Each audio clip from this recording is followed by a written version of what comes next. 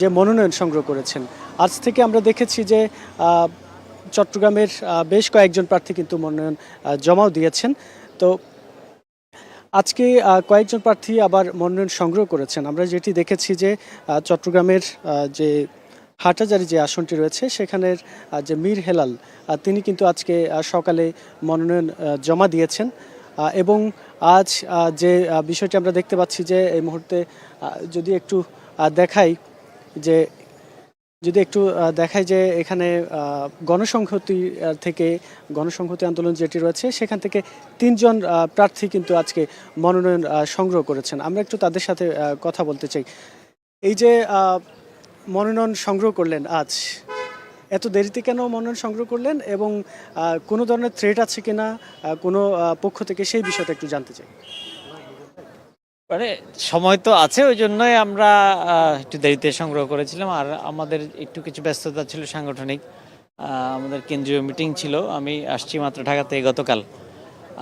এই সব মিলিয়ে আজকে আমরা ভাবলাম যে শেষ দিনেই সংগ্রহ করি, একসাথে করি, ওই কারণেই দেরি হয়। এটার মধ্যে আর অন্য কোনো কারণ নাই। আর থ্রেড বলতে আসলে সেরকম কোনো কিছু এবার অন্তত অনুভব করছি না। যেমন গত 18 সালে যখন আমরা ইলেকশন করেছিলাম তখন আমরা আসলে অনেকগুলো থ্রেড সম্মুখীন হয়েছিলাম।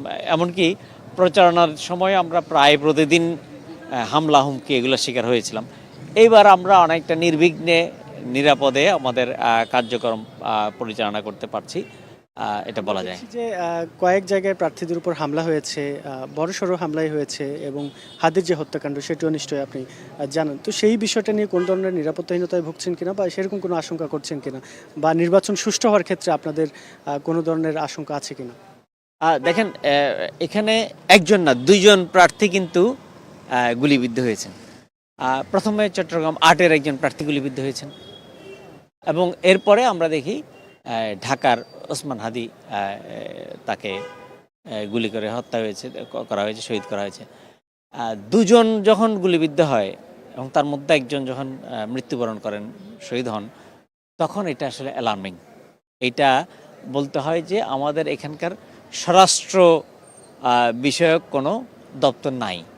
স্বরাষ্ট্র উপদেষ্টা উনি কি শীত নিদ্রায় আছেন, শীত বেশি পড়ছেন, নাকি উনি অনুপস্থিত আছেন, নাকি উনি এগুলো ঘটতে দিচ্ছেন, সেই প্রশ্নটা এখন আমাদের মনের মধ্যে আছে।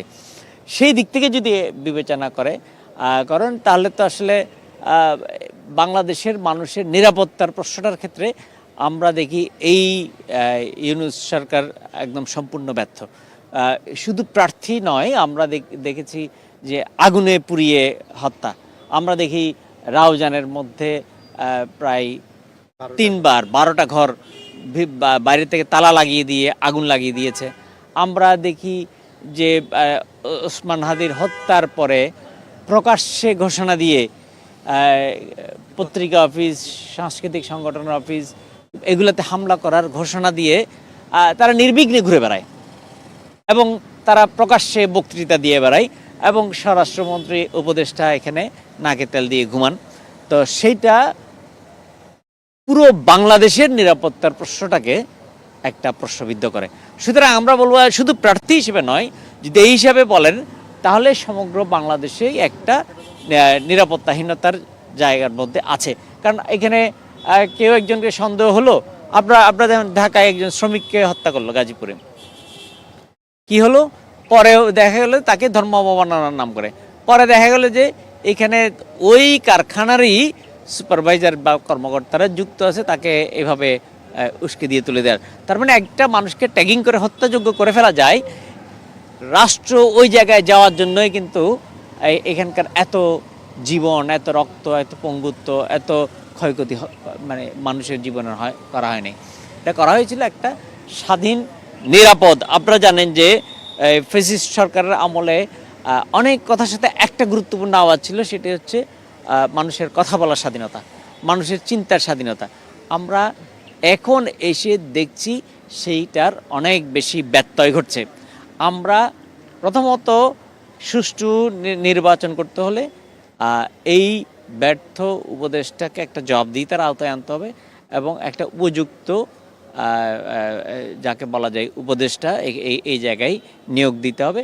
আর না হলে নির্বাচনের মধ্যে তারা এত বছর সামলাতে পারেনি। নির্বাচন একটা, বাংলাদেশের নির্বাচন যেমন উৎসবমুখর, তেমনি আবার নির্বাচনের মধ্যে আমরা অনেক সময় সন্ত্রাস হতেও দেখি, এবং এইবারও সেখান থেকে এখনও অত ব্যাপক সংঘর্ষ না হলেও সংঘর্ষহীন কিন্তু এবার নির্বাচন হচ্ছে না।